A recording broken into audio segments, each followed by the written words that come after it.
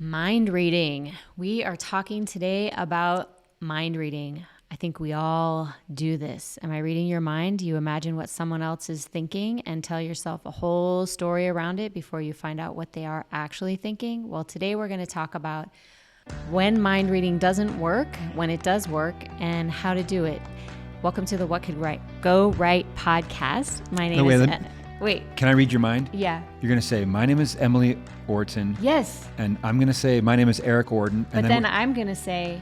Here we talk about personal growth, family connection, and raising adult kids. You totally read my mind. Nailed it. Nailed it. I'm reading your mind. Oh, Eric is so good at this.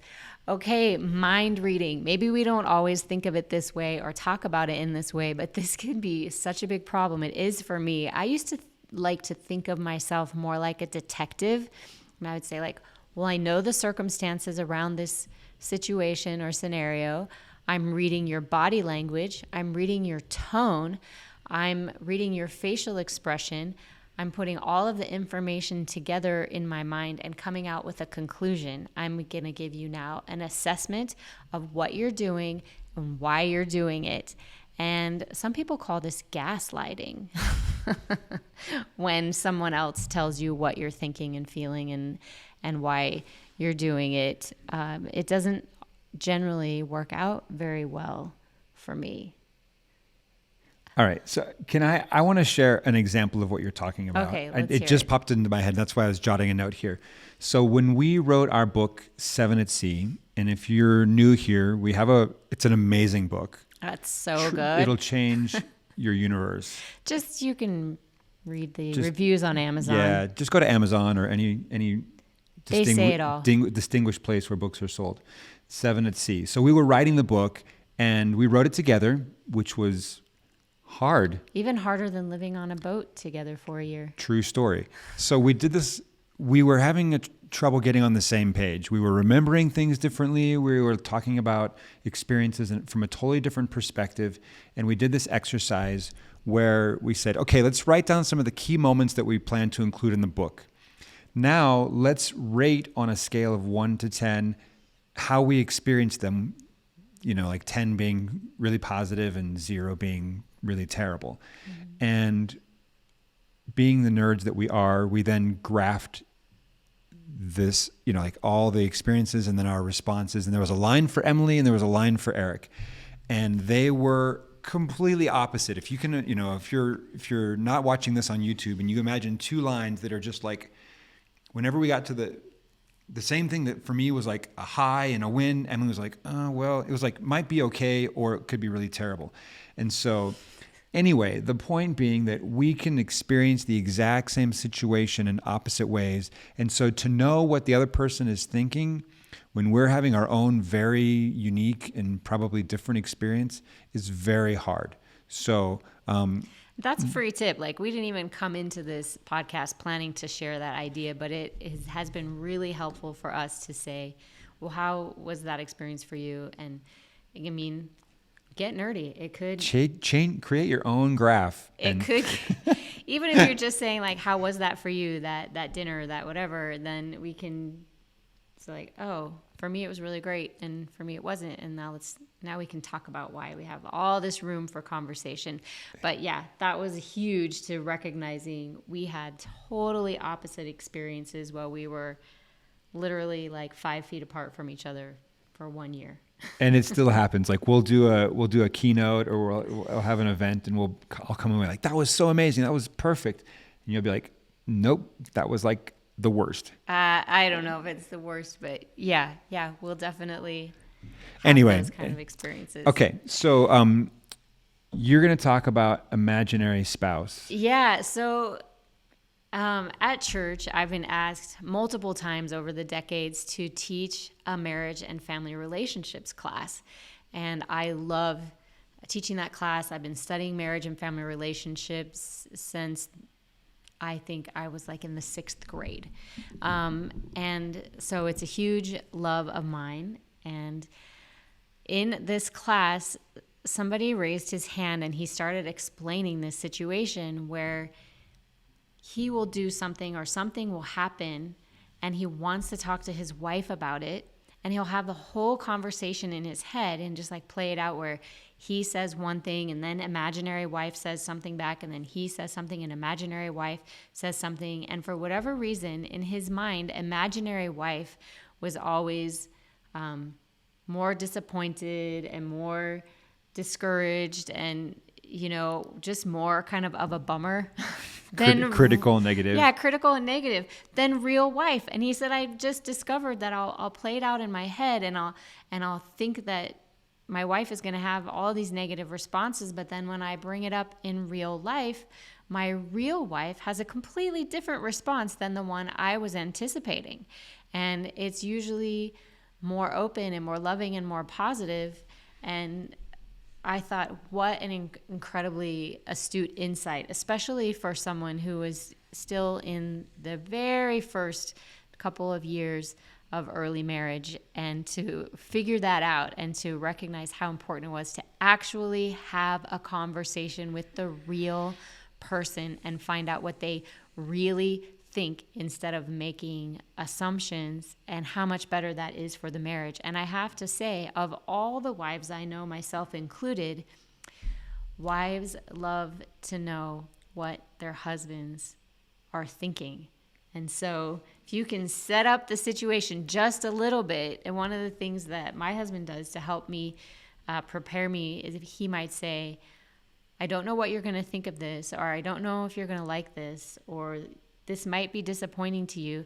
Suddenly I calm down and I'm ready to listen with empathy and an open heart, because he's prepared me for something like that.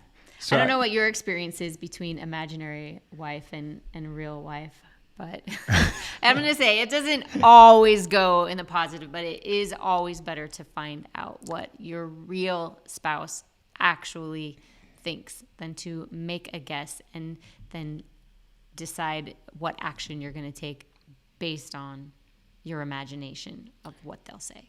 So, and I'd love to share a technique you might want to try. This is a fun game that you can play. If you're going to mind read, and we're all tempted to do it, first of all, I'll say we first talk about mind reading on this podcast. If you want to go back to episode 4, we do give a nod to mind reading. So you can mind reading with your kids, which I was terrible at. I mean, did a lot as a mom. This episode and episode 4 pair nicely, as they say in restaurants. So, but if you are going to mind read, here's one way that we've found to do it that actually is really helpful and kind of fun. It goes like this. I'll say it to Emily. I want to tell you what I think you're thinking. Yeah, you say, let me try mind reading. Let me try and read your mind. And she's like, okay. And then I start to describe what I think she's thinking out loud. So here's the difference. Rather than mind reading and keeping it to myself, which is destructive and I think dangerous, saying it out loud to her is a great way to get it in the air, get it in the room, and make it real. So as soon as I start to say, here's what you're thinking, and I describe it to her, she knows immediately, yes, no, sort of, close, hot, warm, cold. And all of a sudden she might not have known what she was thinking up until this moment, but because I've put something out there, she's able to zero in and say, here's what I am thinking, because it gives her something to bounce off of or push against. And so in this case, mind reading out loud is a way of starting the conversation and getting to actual thoughts, actual feelings, and hopefully actual progress. And it keeps it light. It's kind of fun. And I was like, okay, let's see what Eric thinks is going on right now. And he does this with me sometimes, and he does this also with the kids. And sometimes he's pretty dead on and gets it right. And sometimes it's completely off.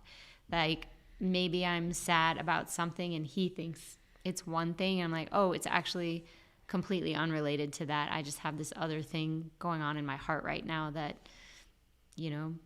I got a text and I'm thinking about it, whatever it is, and he may not even know. And then we have a conversation about it. So I think exactly what you said is that when we mind read or imagine what someone else is thinking to ourselves, that's not good, right? Like it That's bad. It doesn't help us, and it's disrespectful of them. So it's a bad strategy. It's not an effective strategy. But when you, like what you said, you just bring a little lightness, a little humor, and some care and empathy to the situation and say, let me try to understand where you might be coming from. I'm going to try to imagine I'm in your shoes and having your experience, and this is what it looks like, maybe from your perspective. Tell me where I'm wrong. And actually, this is not to get all geeky, but this is actually a really great sales technique. In the business world.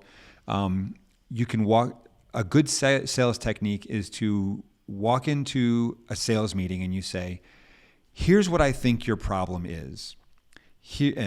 Tell me where I'm wrong. Yeah, let me outline it for you. Because you're trying to get to how I can help you if you're doing sales, you say, here's what I think you're up against. And then they say, actually, yeah, that's it. Or they might say, no, here's our actual issues. Then as a salesperson, you're able to say, okay, I think we may have a solution for you. Now that I understand what your real issue is, here's how I think we can help. Or you might say, if that's your problem, we're not your people. And that, I don't mean to like try and crisscross too much into marriage and family, but this can apply in a lot of settings. Yeah. In your marriage, in your job. And so, if you work with people at all, you can use this in the workplace as well and say, hey, here's what I think. If I'm guessing at what you're struggling with or what the challenges are for your project or whatever it is, it's a great tech. And then they can say, actually, no, or you're close, or here's how it is a variation of what you're describing. It's just a great way to clarify a situation at work or at home. I love it because it does show empathy. It shows you've put in some thought and some effort into considering what the situation is. That you're trying to understand. And it also, at the same time, is an invitation for the other person to give you more clarity. It's not you coming in saying, I know what the problem is. It's you coming in saying, I've thought about it and I think this might be what's going on. Can you help me see this more clearly? And on the receiving end, it's sort of flattering and it's a little bit fun. Because whenever you're like, hey, I'm going to try and read your mind, I was like, she's thinking about me. She cares. And then it's a little bit of a game. And sometimes Eric will literally just put his hand on my head and close his eyes like he's clairvoyant or he's like... And I wear a turban. No, he's gathering information as the brainwaves flow from my head through his arm and into his mind. Professor Quirrell kind of thing. Yeah. So anyway, don't mind read to yourself. Don't imagine what someone else is thinking. But if you're going to be willing to have a conversation with them, you can say, I wonder if this might be what's going on in your mind and heart. Let's talk. Now, dear listener, to wrap us up, if I were to read your mind, here's what I think you're thinking. You're thinking, man, what I really want to do is go on an adventure trip with my family for a month or more, and I just don't know how. I'm stuck. How can I figure this out? If that's your problem, we want to help. Is it okay if I make this? Yeah. We've done it many times with our family. Once on the Sailboat for about a year, and then that opened us up to know how to do it again and again, and it made our family closer, going through so many intense experiences together. It's expanded our memories, and by that I just mean when you do the same thing over and over again, those can also be good memories, and we need those kinds. But when you do something that's new, it holds its place and it stretches out time a little bit, and we just all got to grow on our own and grow together. So we know what we're talking about. We know the benefits, and we know the obstacles that come up to actually going through with something like this. And so we would love, especially the sign up for a chat, a one-on-one personal video chat, eyeball to eyeball with you, talking about your concerns and your hopes and figuring out how to get your family across that threshold of doing the great things you have in mind for them. So yeah, hop on the call. They're totally free. Totally free. We just think that they're so worth it. We want everyone to discover what's possible in their lives. I would love to have a chance to read your mind. That's really what it is, selfishly. So no, we'll go over a few questions. We'll take 20, 30 minutes. And I think that in that time, we can help you launch what will become your first family adventure. That is, you don't have to quit your job. You don't have to do anything drastic. Just get out on a family adventure for a month or so or more. And hopefully that will be the first of many. We'd love to help you along that path. Yeah. And honestly, most people never even start. Most people never even get that far to entertain the idea because they get stuck in the obstacles of not knowing how to make it happen. We just want to blow past that and literally give yourself that edge and that advantage of actually starting and actually articulating what it is that is going to be awesome for you and your family.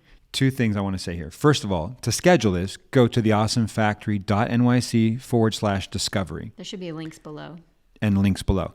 I'll say this. We were on the phone with one of our coaching clients a few months ago, and he was trying to read his boss's mind because he wanted to go on a 1-month road trip with his wife and 4 kids. They wanted to do multiple of these, but this was the first one.